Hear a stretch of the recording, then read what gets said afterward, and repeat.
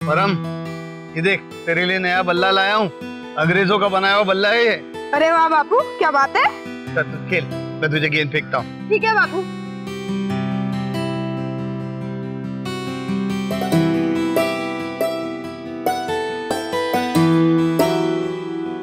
बापू मैं भी खेलूंगा। चल बेटा परम, तू गुस्सा मत, जा खेल जा। अरे वाह परम, क्या बात है। तुम तो सच में बहुत ही खुशनसीब हो। हमारे बापू तो सच में बहुत ही बढ़िया बल्ला लेके आए हैं। सच में पूरे मोहल्ले में किसी के पास ऐसा बल्ला नहीं होगा। काश हमारे बापू तेरे बापू जैसे होते। ए भाई, बापू किसके? वो हमेशा मेरे लिए शहर से नई नई चीजें लाते हैं। मैं तेरे बल्ले के साथ खेल सकता हूँ? नहीं नहीं, तुम अपने बल्ले से खेलो।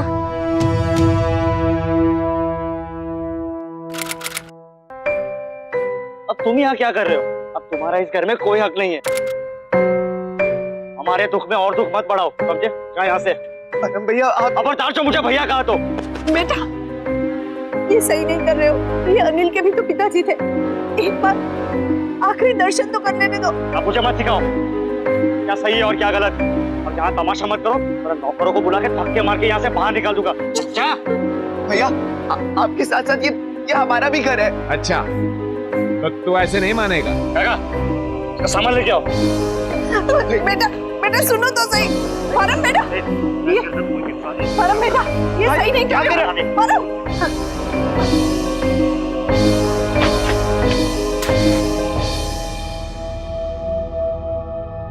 चल बेटा यहाँ से। अब गिड़गिड़ाने का कोई फायदा नहीं है। चल। आज के बाद यहाँ दोबारा दिखाना तो टांगे तोड़ दूंगा तेरी। मैंने कहा चल यहाँ से, तुझे मेरी कसम, चल। आखिर एक पिता अपने ही बेटे के साथ इस तरह सौतेला व्यवहार क्यों करता था? एक भाई अपने ही भाई को घर से निकालने पर क्यों तुल गया? रिश्तों में इतनी नफरत क्यों आ गई थी? और क्यों अनिल और उसकी मां प्रतिभा बिना कुछ कहे घर से निकल भी गए? प्रतिभा ने अनिल को परम के खिलाफ जाने से क्यों रोका? आखिर इन रिश्तों के पीछे छिपा गहरा राज क्या था? मैंने तुमसे पहले ही कह दिया था, इस बार मैं तुम्हारी कोई मदद नहीं कर पाऊंगा। सर अब आप ही बताइए, मेरे बाबा के गुजरने के बाद मेरे और मेरी माँ पे तो जैसे दुखों का पहाड़ टूट पड़ा है। 2 वक्त का खाना खाने के लिए सोचना पड़ रहा है। अब ऐसे में कॉलेज की फीस कैसे दे पाऊंगा? ये कॉलेज का आखिरी साल है मेरा। अगर इस साल कॉलेज से निकाला गया तो जिंदगी भर की हुई पढ़ाई पर पानी फिर जाएगा। मुझे कुछ मोहलत और दे दीजिए, मैं कुछ ना कुछ करके इंतजाम करूंगा फीस का। नहीं अनिल, अब मैं कुछ नहीं कर पाऊंगा। मैं पहले ही तुम्हें बहुत मोहलत दे चुका हूँ। अरे मुझे भी ऊपर जवाब देना होता है। ये कोई 1 महीने की बात तो है नहीं। जब से तुमने दाखिला लिया है तब से तुमने कोई फीस जमा नहीं की है। अब मैं कुछ नहीं कर सकता। अगर तुम्हें पढ़ाई करनी है तो फीस जमा करनी ही होगी, समझे? अब हम जा सकते हैं।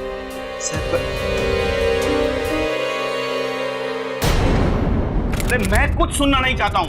मैं कोई यहाँ परोपकार करने तो बैठा नहीं हूँ। और देखिए, अगर आपके पास किराया नहीं है ना तो जाकर किसी धर्मशाला में रहो, मुझे इससे कोई फर्क नहीं पड़ता। मालिक, कुछ दिन की मोहलत और दे दीजिए, मैं आपके पाई पाई चुका दूंगी। अब इस वक्त हम कहाँ जाएंगे? देखिए, मैं कुछ सुनना नहीं चाहता हूँ। या तो मुझे मेरे मकान का किराया दो, वरना मेरा मकान खाली कर दो। अरे हम यहाँ धंधा करने बैठे हैं। अगर घोड़ा घास से यारी करेगा तो फिर खाएगा क्या? अरे तुम लोगों का तो रोज रोज का यही नाटक है। नमस्ते। क्या हो गया? क्या हो गया? मतलब जैसे कुछ पता ही नहीं क्या हो गया। बड़े भोले बन रहे हो। अरे मेरे मकान का किराया। जी, मेरी आपसे विनती है, अगली बार से आपको शिकायत का जरा भी मौका नहीं दूंगा। बस मुझे थोड़ी मोहलत दे दीजिए, मैं बहुत जल्द आपका किराया पूरा चुका दूंगा। तो कितना समय चाहिए बेटा तुम्हें? 2 हफ्ते में पूरा चुका दूंगा। अगर तुमने 2 हफ्ते में मुझे मेरा किराया नहीं दिया ना तो तुम लोग अकेले ही इस मकान से बाहर जाओगे, क्योंकि तुम्हारा सामान तो किराए में कट जाएगा। परेशान करके रख रखा है नहीं, और मकान चाहिए। मुझे तो कुछ समझ में नहीं आ रहा, मेरा दिमाग ही नहीं चल रहा। माँ, जहाँ देखो वहाँ पैसा चाहिए। तो सोचा ही नहीं था ऐसे दिन भी देखने पड़ेंगे। बेटा, सब ठीक हो जाएगा। अनिल, इतने परेशान क्यों लग रहे हो? क्या बताऊं यार, जब से बाबा के घर से निकाले गए ऐसा लगता है सारी मुसीबतों का पहाड़ हम पे ही टूट पड़ा है। कॉलेज में दाखिला लिया और फीस नहीं भर पाया, आज प्रिंसिपल ने बाहर निकाल दिया। यहाँ आया तो मकान मालिक भड़का हुआ था। अगर 2 हफ्तों में किराया नहीं भरा तो यहाँ से भी बेघर होना पड़ेगा। अनिल, मैं एक बैंक अधिकारी को जानता हूँ। वो कह रहा था कि उसकी बैंक नौकरी की जगह खाली है। तुम वहाँ कोशिश कर सकते हो, क्या पता बात बन जाए। हाँ बेटा, कोशिश करने वालों की कभी हार नहीं होती। और क्या पता यहीं से दिन सुधर जाए।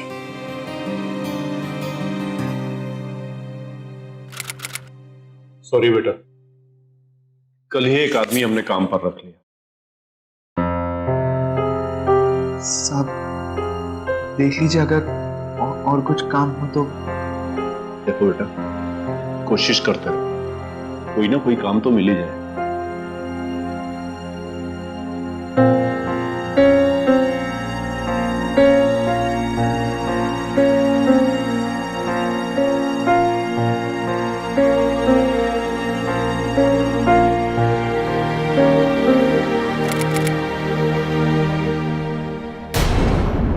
तुम दोनों ऐसे नहीं मानोगे। बेटा बेटा सुनो तो सही। आज के बाद यहाँ दोबारा दिखाना तो टांगे तोड़ दूंगा तेरी। इन लोगों को तो मैं नहीं छोड़ूंगा। परम भैया, परम भैया दरवाजा खोलो आप। परम भैया, परम भैया दरवाजा खोलो, मुझे आपसे बात करनी है। लगता है तो अनिल की आवाज है। परम भैया, कुत्ते की तुम कभी सीधी नहीं हो सकती। मुझे आपसे बात करनी है, दरवाजा खोलो। तो फिर से आ गया। परम भैया, आप मेरी बात सुनो पहले। परम भैया,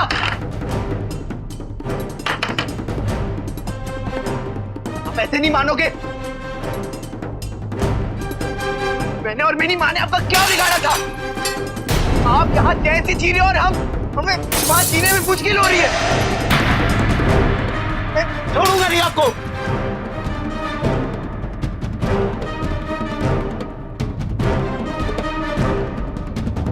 हेलो पुलिस स्टेशन। हाँ मैं परम बात कर रहा हूँ। अच्छा, मेरे घर के सामने एक लड़का पत्थर फेंक रहा है। अब प्लीज प्लीज आ जाइए। रुको, ये क्या तमाशा लगा रखा है? हाँ, दूसरों के घर के बाहर पत्थर फेंकते हो? अच्छा वो दरोगा साहब अब आ गए। ये आदमी जबरदस्ती मेरे घर में घुसने की कोशिश कर रहा है। ये आदमी कब से मुझे परेशान कर रहा है। पहले तो मैंने कुछ नहीं बोला, अब सोचा कि शांत होकर चले जाएगा। अरे इसने तो हद ही कर दी, मेरे घर पे पत्थर फेंकने लगा। चुप कर, ये सिर्फ तेरा घर नहीं है, मेरे बाबू का भी घर है और इसी लिहाज से ये घर मेरा भी होता है। और दरोगा साहब, ये कमीना मुझे मेरे घर में घुसने नहीं दे रहा। चुप कर, जाए यहाँ से, अब लेके जाइए इसे यहाँ से। 2 दिन हवालात में रहोगे ना, सब कुछ समझ में आ जाएगा। दरोगा साहब, आप मेरी बात तो सुनिए। लेके जाइए इसे यहाँ से। चलो चलो लेके से। चल, ये सही नहीं किया, मैं नहीं छोड़ूंगा तुझे भाई। छोड़ो मुझे। अब की बार तो छोड़ रहा हूँ, समझे? लेकिन आइंदा ऐसी हरकत की ना दोबारा, फिसलते रहना जेल में। चलो साइन करो।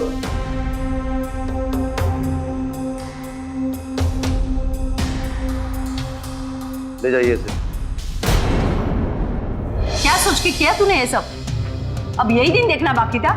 देख अनिल, तू अच्छे से जानता है कि वो लोग हमें वहां देखना नहीं चाहते, इसलिए उसने हमें घर से निकाल दिया। इस सच्चाई को जितना जल्दी स्वीकार कर ले उतना अच्छा होगा हमारे लिए। अब दोबारा झगड़ा करने की कोई जरूरत नहीं है। पर तेरे इस बर्ताव से लोग क्या कहेंगे? मैंने यही सिखाया है तुझे। तेरी इस मूर्खता के कारण थोड़े बहुत पैसे बचे थे ना, वो भी तेरी जमानत में चले गए। अब बता कहाँ से आएंगे पैसे? माँ मुझे माफ कर दे।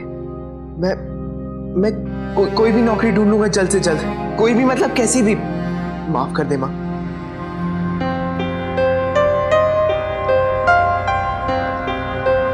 देखो ना, बात यह है कि काम तो तुम्हें मिल जाएगा, बिना डिग्री के तुम्हें कोई ओहदा नहीं मिलता है। हमारे दफ्तर में एक टाइपिस्ट की नौकरी है, अगर तुम्हें वो चाहिए तो बोलो। जी मैं करूंगा। ठीक है, तो तुम काम शुरू कर सकते। काफी मशक्कत के बाद आखिरकार अनिल को एक ऑफिस में टाइपिस्ट की नौकरी मिल गई। अब उसे कम से कम 2 वक्त की रोटी जुटाने की चिंता से कुछ राहत मिली। मुफलिसी कुछ हद तक मिटी, नहीं मिटा तो मन का मलाल।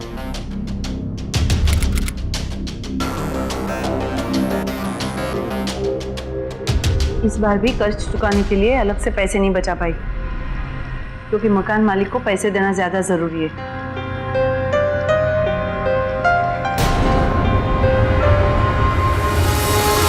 अनिल के दिल में अब भी ये कसक थी कि उनकी इस हालत के लिए परम जिम्मेदार है, और उसने ठान लिया कि वो इतनी आसानी से परम से हार नहीं मानेगा। कैसी बात कर रहे हैं आप? इस तरह का केस लड़ना तो दूर, हमने पहले कभी सुना तक नहीं।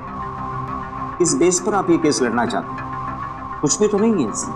आप ये केस हार जाएंगे। सॉरी, मैं आपका केस नहीं लड़ सकता। और मेरी माने तो आप भी ये केस लड़ने का सपना छोड़ दो।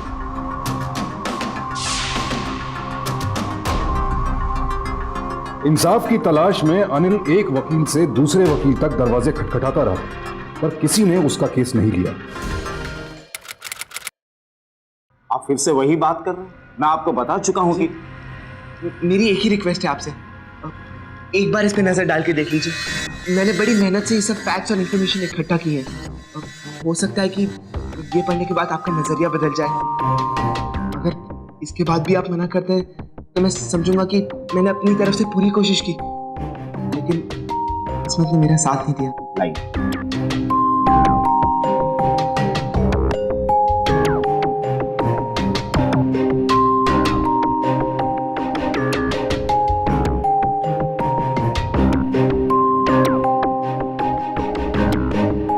कितना टाइम लगा ये सब इकट्ठा करने? 6 महीने से लगा हुआ हूँ। देखिए, ये जो कुछ भी आपने तैयार किया है, इसका सीधे इस केस से कोई लेना देना नहीं, क्योंकि अदालत हमेशा पहले दिए हुए फैसलों को ही आधार मानती है। ये जितने भी तथ्य तुमने इकट्ठे किए हैं, इसमें कहीं भी ऐसा केस नहीं जो पहले हुआ हो।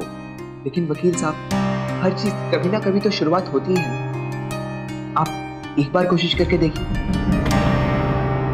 अनिल के जोर देने पर वकील ने ना तो नहीं कहा, लेकिन इतना जरूर कहा कि वो कुछ दिन इस केस की बारीकियों पर गौर करने के बाद ही फैसला करेंगे कि वो केस लड़ेंगे या नहीं। जी, क्या फैसला किया आपने? मैंने तुम्हारे केस में काफी कुछ काम किया और पूरी तरह से अध्ययन करने के बाद मुझे लगता है कि इस केस के जीतने के चांसेस बहुत ही कम। लेकिन एक महत्वपूर्ण बात ये भी है, अगर हम ये केस हारे तो समझो कि केस हारे, और अगर हम जीत गए तो उस दिन एक इतिहास रचा जाए। लेकिन मुझे आपसे एक और बात करनी है। हाँ कहो। डॉक्टर और वकील से कभी कुछ नहीं छुपाना चाहिए। दरअसल ये बात मुझे आपसे पहले ही कर लेनी चाहिए थी। इस वक्त मेरे पास इतने पैसे नहीं है कि मैं आपकी पूरी फीस चुका पाऊँ। कोई बात नहीं, हम पूरी कोशिश करेंगे कि हम ये केस जीत जाएं। इसके बाद आराम से मेरी फीस चुका देंगे। वकील साहब, मैं बता नहीं सकता आपको, आपने कितना बड़ा बोझ मेरे सर से हल्का कर दिया।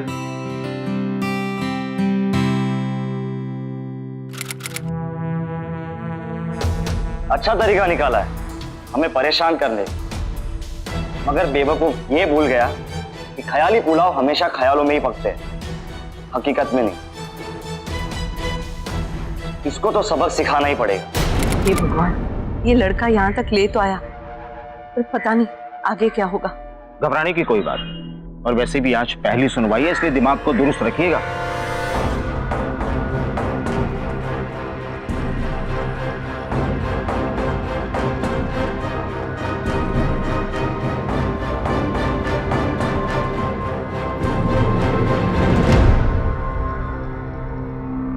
वकील साहब, लोग कहाँ रह गए? आधा दिन तो हो चुका है, अभी तक तो आ जाना चाहिए था इन्हें। सब्र से काम, अदालत में ये सब चलता ही रहता है। जज साहब, परम और उनका वकील दोनों आज आए ही नहीं, इससे यह साबित होता है कि उनका पक्ष सही नहीं है।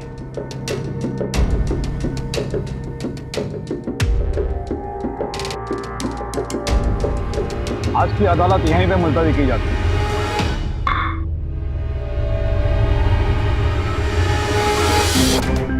वकील साहब, अब क्या होगा? अब ये तो आ ही नहीं आज। देखिए, मैं आपको बता रहा हूँ कि मैं कहती हूँ बंद करो ये सब। तुम ठंडे तवे पर रोटियां सेकने की कोशिश कर रहे हो। तुमने देखा ना, वो नहीं आया, कुछ नहीं बिगड़ेगा उसका। वकील साहब, आप ही समझाइए ना इसे। इतनी जल्दी हार नहीं माननी चाहिए। हम एक समन और भेजेंगे उसके पास। वो बार बार समन नकार नहीं सकता। बार बार नकारने से अदालत में साबित हो जाएगा कि वो झूठा है और हम लोग सच्चे हैं। फिर भी अब देख लेना, कुछ नहीं होगा। हाँ, वकील साहब है ना, सब ठीक कर देंगे वो।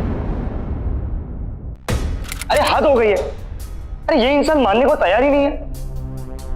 हम भी देखते हैं कि हमें कोई न्यायालय में कैसे खड़ा कर सकता है। नहीं, इस बात जाना पड़ेगा।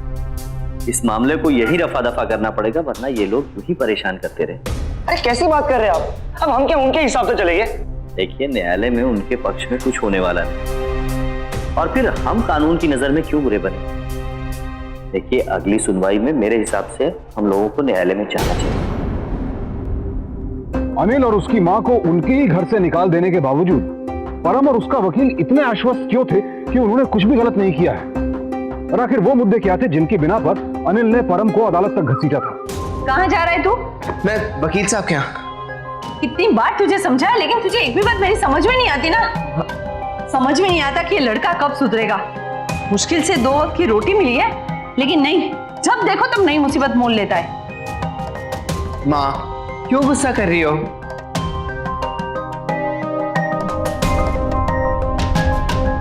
जरा समझो माँ, ये सब हमारे लिए जरूरी है। अच्छा ठीक है, मैं बाहर जा रहा हूँ तो बाजार बीच में पड़ेगा, कुछ सामान लाना तो बोल दो। हाँ, एक काम कर, आटा खत्म हो गया है, गेहूं लेकर पिसवा लेना। लेकिन माँ, आटा तो हम कुछ दिन पहले ही पिसवा के लाए थे ना। हाँ बेटा, लेकिन उसमें चूहा घुस गया था, इसलिए वो खाने लायक नहीं रहा, समझा? अब जा। ठीक है, ले आता हूँ, लेकिन इन चूहों का भी कुछ इंतजाम करना पड़ेगा, नहीं तो हो गई हमारी बचत। आता हूँ।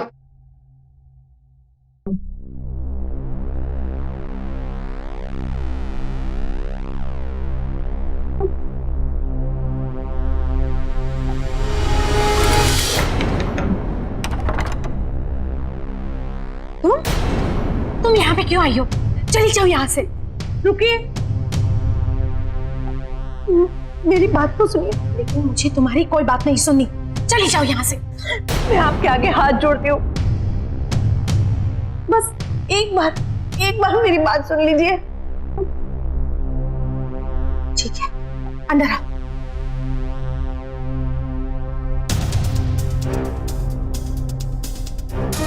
कहो, क्या कहने आई हो तुम? मैंने बेटे को समझाने की बहुत कोशिश की कि ये सब ना करे, लेकिन वो मेरी बात समझने को ही तैयार नहीं। ओ, उसकी कहानी किससे तुम मुझे क्यों सुना रही हो? मैं एक विनती लेकर आई हूँ, इसका हल तुम्हारे पास ही है। मैंने और मेरे बेटे ने पूरी जिंदगी बहुत से धोखे खाए, माँ बाप ने घर से निकाल दिया। मुझे तो बाद में पता चला कि राजीव शादीशुदा है। मेरे दर्द को समझने की कोशिश करो। राजीव की पत्नी होने के नाते ना सही, एक औरत होने के नाते मुझे समझने की कोशिश करो। तुम क्या समझती हो? मेरी जिंदगी में मुझे इंसाफ मिला है जब मुझे पता चला कि मेरे पति की एक रखेल है और उसका एक बेटा भी, और तो और वो दोनों मेरे ही घर में रहते थे। चली जाओ यहाँ से, मैं तुम्हारे और तुम्हारी बेटे की शक्ल दोबारा नहीं देखना चाहती। चली जाओ यहाँ से। मेरे दर्द को समझने की कोशिश करो। अगर तुम मेरी जगह होती तो तुम क्या करती? मैंने तुम्हें कहा ना, तुम चली जाओ यहाँ से, दफा हो जाओ। चली जाओ यहाँ से, और तुम्हारे उस कमीने बेटे को बोल देना कि हम तुम्हारी बातों से डरने वाले नहीं हैं। पिछली सुनवाई में हम इसलिए नहीं आए थे कि वो मुकदमा हमारे लायक ही नहीं था। तुमने और तुम्हारे बेटे ने बहुत सारी हदें पार कर दी है। अब तुम्हें न्यायालय में ही मिलेंगे और इस बार तुम्हें मुंह तोड़ जवाब देंगे, समझे तुम? चली जाओ यहाँ से, दफा हो जाओ। तो ये था वो सच जिसने भाई को भाई का दुश्मन बना दिया। अब अनिल ने उस काम का बीड़ा उठाया जो उससे पहले किसी ने नहीं किया था। उसने अपने बायोलॉजिकल पिता यानी मरहूम राजीव पर मुकदमा दायर किया कि उनकी जायदाद पर उसका भी परम जितना ही हक। आप भी सोचने पर मजबूर हो गए होंगे कि आखिर इस मामले में पीड़ित कौन है, जायज संतान परम या फिर नाजायज संतान अनिल और उसकी मां, जिन्हें दुनिया तिरस्कार की नजरों से देखती थी। आप खुद सोचिए, इसमें अनिल का क्या कसूर है कि उसके माता पिता ने विवाह किए बगैर उसे जन्म दिया, और इसमें परम का भी क्या कसूर कि उसके पिता ने शादीशुदा होते हुए भी एक गैर महिला से संबंध बनाए। लिहाजा अदालत के लिए भी मामला बेहद पेचीदा हो गया, लेकिन अनिल को पूरा विश्वास था कि अदालत का फैसला उसके हक में आएगा। अदालत की कार्रवाई शुरू की जाए। मिलॉर्ड, मरहूम राजीव की वसीयत के अनुसार उनकी जायदाद का वारिस उनका बेटा परम और उनकी पत्नी सविता है, न कि कोई अनिल और प्रतिभा। मिलॉर्ड, मैं इस अदालत का ध्यान इस ओर आकर्षित करना चाहूंगा कि इस वसीयत में कहीं भी किसी अनिल या प्रतिभा का कोई जिक्र नहीं किया गया, बल्कि इस जायदाद का एक हिस्सा दान किया गया है। इस आधार पर श्रीमान अनिल ने मेरे मुवक्किल के खिलाफ यह दावा किया है कि उनके पिता की जायदाद में उनका या उनकी माताजी का कोई हिस्सा है। मिलॉर्ड, इस बात का दूर दूर तक कहीं कोई सबूत नहीं मिलता कि ये उनके बेटे हैं। तो फिर मेरे मुवक्किल कैसे ये स्वीकार कर लें कि ये उनके भाई हैं? जाहिर सी बात है मिलॉर्ड कि मेरे मुवक्किल के पिता की मौत के बाद उनकी जायदाद को हड़पने के लिए उनके ऊपर एक गंदा, घिनौना और गिरा हुआ इल्जाम लगाया गया, ताकि समाज में अपनी इज्जत को बचाने के लिए मेरे मुवक्किल परम शर्मिंदगी महसूस करते हुए मिस्टर अनिल के प्रस्ताव को स्वीकार कर ले। ये तो सरासर ब्लैकमेलिंग है milord. That's all milord. Indian law में ऐसा कोई प्रोविजन नहीं है जिसके तहत अनिल और प्रतिभा को मरहूम राजीव की जायदाद से कोई हिस्सा दिया जाए।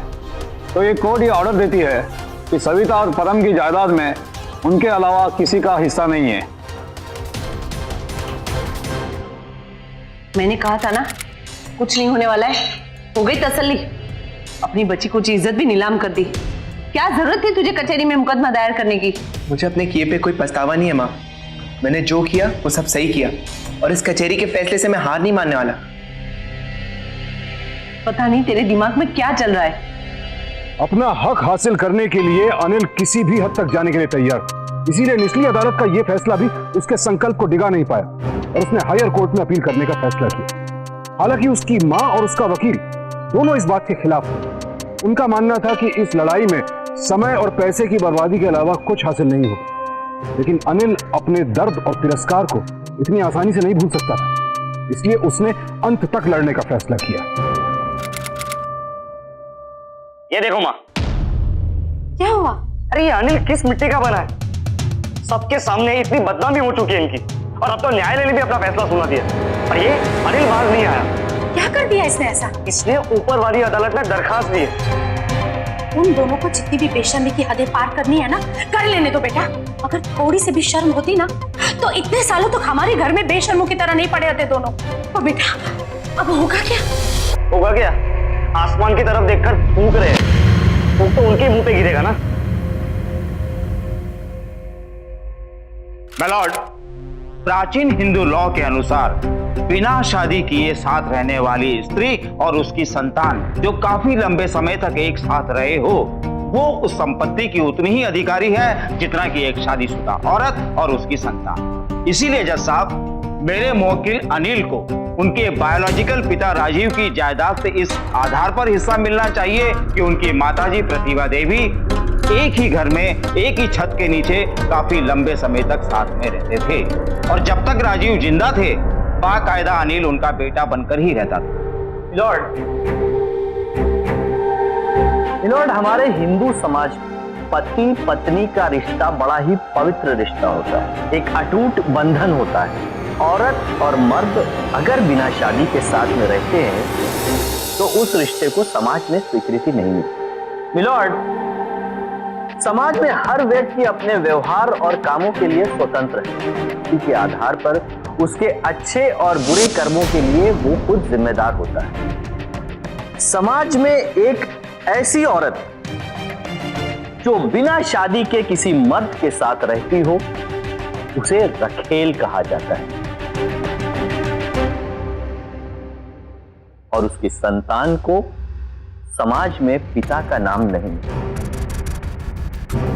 बड़ा ही ताज्जुब की बात है मिलॉर्ड, ये सब कुछ जानने के बाद भी प्रतिभा देवी ने ऐसी जिंदगी जीना स्वीकार किया। जाहिर सी बात है मिलॉर्ड कि इनके दिमाग में कोई ऐसी साजिश थी जो मरहूम राजीव के जीते जी पूरी नहीं हो सकी, और इसके लिए उन्होंने उनके मरते ही फौरन अपने बेटे को लेकर, मिलॉर्ड वो बेटा जिसका कोई सबूत नहीं मिलता है कि वो मरहूम राजीव का बेटा था, अपने बेटे को साथ में लेकर इस जायदाद को हथियाने के लिए एक गंदी घिनौनी साजिश रची। मिलॉर्ड, इनका मंसूबा बिल्कुल साफ है कि मेरे मुवक्किल परम और उनकी माता सविता देवी को बदनाम कर जो समाज में अपना एक मुकाम रखते बहुत ही प्रतिष्ठित लोग हैं मिलॉर्ड, उनको बदनाम करके उनकी जायदाद हट जाना चाहते बिना किसी सबूत के कि अनिल मरहूम राजीव का बेटा है। मिलॉर्ड, मैं अदालत से दरखास्त करना चाहूंगा कि मेरे मुवक्किल अनिल का मेडिकल टेस्ट कराए, जिससे साबित हो जाएगा कि अनिल राजीव की संतान है और परम का भाई।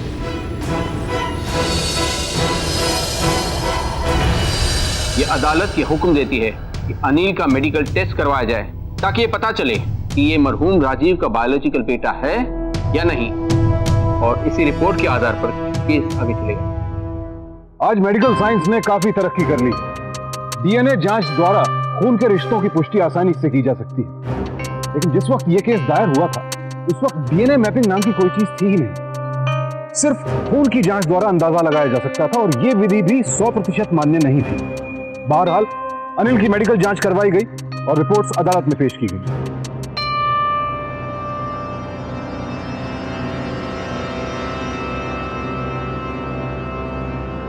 अनिल की मेडिकल रिपोर्ट आ चुकी है और इस रिपोर्ट से ये साबित होता है कि अनिल मरहूम राजीव और प्रतिभा का बायोलॉजिकल बेटा है। अब ये कोर्ट अपना फैसला सुनाए उसके पहले प्रोसिक्यूशन अगर चाहे तो अपने कोई सबूत या गवाह पेश कर सकता है। मिलॉर्ड, मैं अब इस केस में कुछ और रोशनी डालने के लिए कुछ गवाहों को बुलाना चाहूंगा। मेरे पहले गवाह हैं राजीव के घर के नौकर।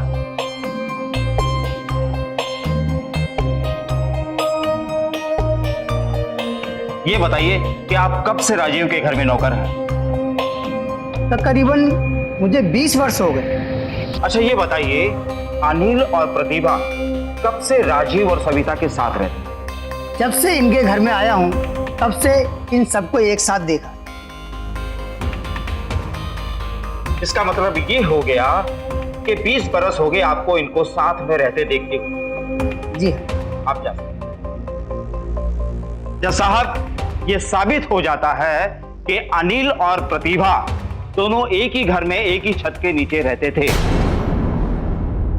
मिलॉर्ड, प्राचीन हिंदू लॉ के अनुसार बिना शादी किए साथ रहने वाली स्त्री और उसकी संतान जो काफी लंबे अरसे तक साथ रहे हो, वो उस संपत्ति की उतनी ही अधिकारी हो जाती है जितना कि एक शादीशुदा औरत और उसकी संतान।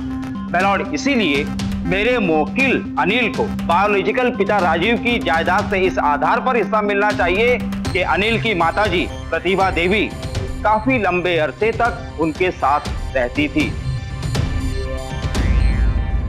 अब मैं दूसरे गवाह प्रतिभा देवी को बुलाने की परमिशन चाहूंगा।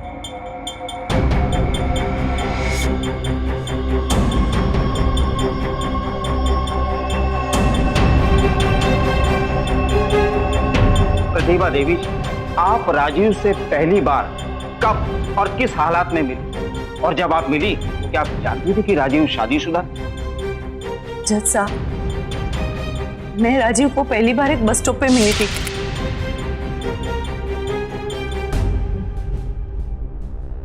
उस वक्त मैं कॉलेज में पढ़ती थी और वो काम के सिलसिले में जाते थे। एक ही बस में और एक ही समय पर जाने की वजह से तकरीबन रोज हमारी मुलाकात होती थी। शुरू में तो हम दोनों सिर्फ एक दूसरे की शक्ल से ही जानते थे, लेकिन फिर एक दिन बस निकल गई। क्या कमाल है, मैं आपसे कुछ पूछ रही हूँ और आप मुस्कुरा रहे। कमाल तो आप कर रही हैं। आप अच्छी तरह से जानती है कि मैं भी इसी बस से जाता हूँ। अगर बस निकल गई होती तो मैं भी निकल गया होता। ये तो मैंने सोचा ही नहीं। राजीव, कितने कम समय में हम एक दूसरे के करीब आ गए ना। सो तो है, इसमें भी भगवान की ही मर्जी होगी। मैं कितनी खुशनसीब हूँ कि बिना सोमवार के व्रत के ही मन चाहा वर मिल गया मुझे। तुमसे अच्छा वर मुझे और कोई मिल सकता है क्या? जज साहब, मैं उस बात से बेखबर थी कि राजीव शादीशुदा हो सकते हैं।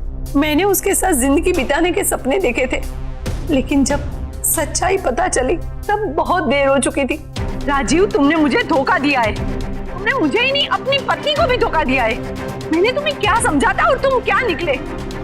तुमसे प्यार करके मैंने अपनी जिंदगी की सबसे बड़ी गलती की है। मैं मानती हूँ कि मैंने तुम्हें प्यार करके बहुत बड़ी गलती की है। घर वालों ने मुझे घर से निकाल दिया, अब तुम भी मुझसे पीछा छुड़ा रहे हो। मैं इस पेट में पलते हुए बच्चे को लेकर कहाँ जाऊंगी? मुझे अपना लो, वरना मैं मर जाऊंगी। मेरी जिंदगी तो खराब हो ही चुकी थी, पर मेरे पेट में पलने वाले बच्चे की वजह से राजीव ने मुझे अपने घर में पनाह दी। ये क्या बकवास कर रहे हो तुम? तुम्हें शर्म नहीं आती कि बीवी के होते हुए सौतन को रखने की बात करते हो? सविता, मेरी बात को समझने की कोशिश करो। जो होना था वो हो गया, अब ये बदल नहीं सकता। इस बेचारी को मैं कहां मरने के लिए छोड़ के आऊं? ये तो तुम्हें प्यार की बिंग बढ़ाने से पहले सोचना चाहिए था। देखो सविता, मेरी बात को समझो। ये बेचारी यहाँ किसी कोने में पड़ी रहेगी, तुम्हें परेशान नहीं करेगी, इसकी जिम्मेदारी मैं लेता हूँ। मुझे कुछ नहीं सुनना है, तुम्हें जो करना है तुम करो। मैं उस बात की शुक्रगुजार हूँ जज साहब कि मुझे सर छुपाने के लिए राजीव ने छत तो दी।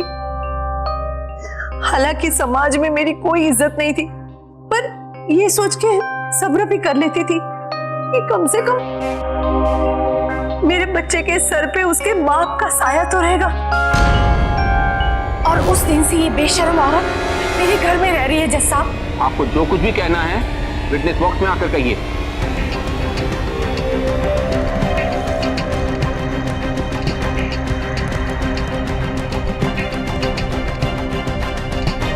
जज साहब, राजीव ने अनिल को कभी अपना बेटा स्वीकार ही नहीं किया है, तो अब ये दोनों क्यों अधिकार जमा रहे हैं? माय लॉर्ड, मैं सविता जी से कुछ सवाल करने की आज्ञा चाहूं। इजाजत है? हाँ तो सविता जी, जो कुछ भी अभी आपने कहा जरा विस्तार से बताएंगी इस अदालत को। जज साहब, जब अनिल पैदा हुआ था तो मेरे पति राजीव को किसी किस्म की कोई खुशी नहीं हुई थी। वो तो अनिल को देखने तक नहीं गए थे। उस दिन से ये औरत अपने बेटे के साथ मेरे घर में रह रही है जज साहब। राजीव को हमेशा परम ही प्यारा था। वो जब भी बाहर जाते थे परम के लिए कुछ ना कुछ लेकर आते थे। अनिल का तो उन्हें ख्याल भी नहीं आता था। अब वो अनिल के साथ बात भी नहीं करते थे। जब बच्चे बड़े हुए तो राजीव ने परम का दाखिला बहुत ही अच्छे स्कूल में करवाया। अनिल की तरफ तो उनका ध्यान भी नहीं था। यहाँ तक कि राजीव ने अनिल और प्रतिभा को अपना नाम तक नहीं दिया। जब राजीव ने अनिल को अपना बेटा स्वीकार किया ही नहीं है, तो मेरे पति राजीव के मरने के बाद ये दोनों हमारी जायदाद में हिस्सा क्यों चाहते हैं? जज साहब, मैं अब इस केस के आखिरी गवाह मेरे मुवक्किल अनिल को बुलाने की परमिशन चाहूंगा। इजाजत है?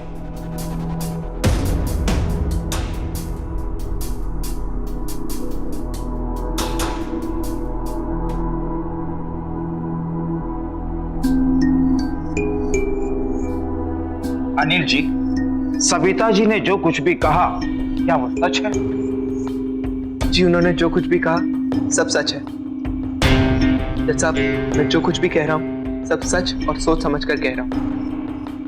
बचपन से देखता आ रहा हूँ, हर बच्चा जब से वो होश संभालता है उसके पिता हर कदम पे उसका मार्गदर्शन करते हैं, लेकिन मेरी किस्मत में था ही नहीं। परम, जो कि उसी घर में पले बड़े हैं जहाँ मैं पैदा हुआ, और दोनों के पिता भी एक ही थे, लेकिन हम दोनों की जिंदगी एकदम अलग थी। परम जैसी जिंदगी जज साहब तो मैं अपने सपने में भी नहीं सोच सकता था अपने लिए।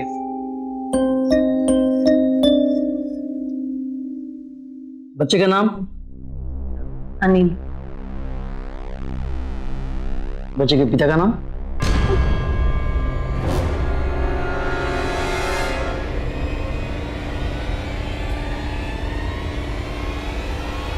जज साहब, जब मेरी माँ तेरे स्कूल के दाखिले के वक्त पर्चा भरती थी तो गोत्र की जगह हमेशा खाली छोड़ देती थी, क्योंकि मेरे बाबा ने मुझे अपना नाम ही नहीं दिया था।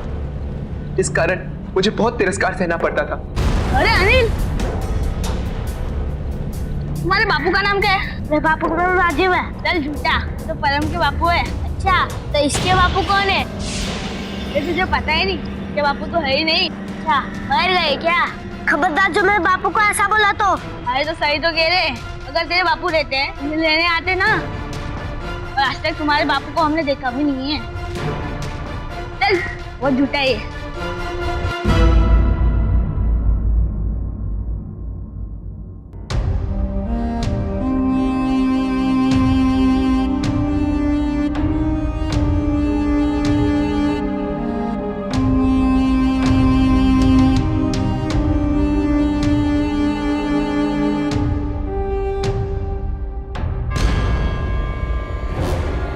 मैं स्कूल नहीं जाऊंगा। स्कूल नहीं जाएगा बेटा तो बड़ा आदमी कैसे बनेगा? और क्या हुआ, मास्टर जी ने कुछ कहा क्या? सारे बच्चे मुझे स्कूल में चिढ़ाते हैं। पर तू चिढ़ता क्यों है? औरों की बात पे ध्यान मत दिया कर। कैसे ना दो माँ, सारे बच्चे कहते हैं कि मेरे बापू है ही नहीं। तो क्या हुआ, तू तो जानता है ना कि तेरे बापू है। नहीं माँ, वो तो परम भाई के बापू है। तो मेरे बापू होते तो मुझसे प्यार क्यों नहीं करते? बेटा ऐसा कुछ नहीं है, जब तू बड़ा हो जाएगा ना तब तेरे बापू तुझसे बहुत सारी बातें करेंगे।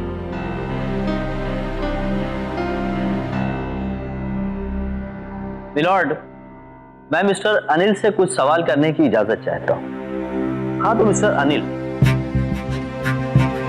जब ये सब कुछ था तो आप इतने सालों तक खामोश क्यों रहे? मेरा मतलब है कि इतने सालों बाद अचानक आपको अपना अधिकार कैसे याद आ गया?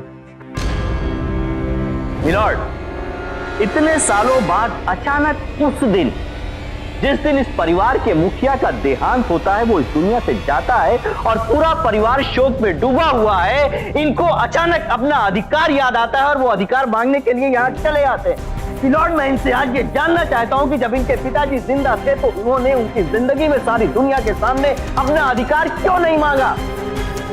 क्यों नहीं उनसे कहा कि मुझे मेरा अधिकार दो, मुझे अपना नाम दो? और आज 24 साल के बाद क्यों? क्योंकि ये अच्छी तरह जानते हैं, ये समझते हैं कि आज उनकी जिंदगी खत्म होने के बाद, उनके मरने के बाद उनकी प्रॉपर्टी पर ये अपना अधिकार जमा सकते हैं आसानी से। That's it. Thank you milord. आज तक मैं चुप रहा अपनी माँ की खातिर, क्योंकि उन्होंने बचपन से मुझे पाठ पढ़ाया है कि अपने बाबा और उनके परिवार का आदर करना चाहिए, भले ही वो हमारे साथ कैसा भी बर्ताव करे। लेकिन जब बाबा का निधन हुआ तो इन्होंने हमें उनके अंतिम दर्शन भी नहीं करने दिए। और ये न्याय मैं सिर्फ अपने लिए नहीं जज साहब, उन सब असंख्य लोगों के लिए मांग रहा हूँ जो कहीं ना कहीं समाज की खोखली नसीहतों के बीच पिस रहे हैं। मेरी आपसे एक विनती है, हम जैसे समाज से बहिष्कृत लोगों के लिए इंसाफ दीजिए जज साहब। क्या अब भी कोई कहेगा कि मेरा मुवक्किल इंसाफ क्यों मांग रहा है? मेरे काबिल दोस्त ने क्या खूब फरमाया कि मेरे मुवक्किल अनिल ने इंसाफ की गुहार पहले क्यों नहीं लगाई। मैं आपको बता देना चाहता हूं जज साहब कि जब एक बच्चा जन्म लेता है तो वो एक बच्चा होता है, उसे किसी चीज का ज्ञान नहीं होता, बोध नहीं होता। ये ऊंच नीच भेदभाव इसी समाज के कुछ खुदगर्ज लोगों ने अपने फायदे के लिए बनाए। मेरे मुवक्किल अनिल को बचपन में किसी से भेदभाव नहीं था, उसकी नजर में सभी एक समान थे, इसीलिए उसने कभी अपने बाप के नाम पर गौर नहीं किया। जैसा उसके बाप की हुई गलती इसके बिना कुछ किए ही इसकी गलती बन गई। जज साहब, गलती नहीं, ये एक सजा है इस परिवार में पैदा होने की। अनिल और अनिल जैसे कई लोगों को सिर्फ इस बात की सजा मिलती है क्योंकि उनके नाम के साथ उनके बाप का नाम नहीं होता। जज साहब, जब प्राचीन काल में हिंदू लॉ के तहत अनिल जैसे लोगों को इंसाफ मिल सकता था जज साहब, तो आज क्यों नहीं, जबकि हम आज को बेहतर और विकासशील मानते हैं। और तो और आज को बीता हुआ और आने वाले कल को आदर्श मानते हैं। जज साहब, कानून किस लिए बनाए गए? हम सभी लोगों को सही सही इंसाफ दिलाने के लिए। तो फिर अनिल जैसे लोगों के साथ ये कानून दोहरा रवैया क्यों अपनाता है? इसके पिता ने इसके साथ अन्याय किया, इसके बाद समाज ने भी इसके साथ अन्याय किया, तो क्या इसे इंसाफ नहीं मिलेगा इस इंसाफ के मंदिर में? कौन बदलेगा इस सिस्टम को जज साहब? कौन लेगा जिम्मेदारी इस अन्याय को मिटाने की?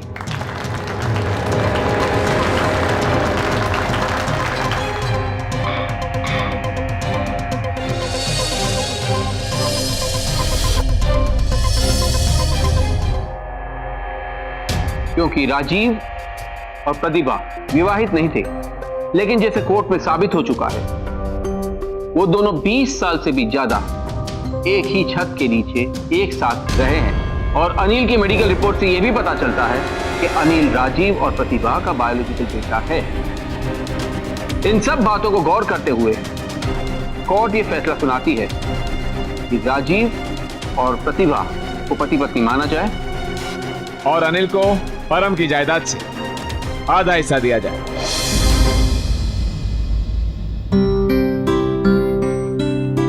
Court is adjourned for the day.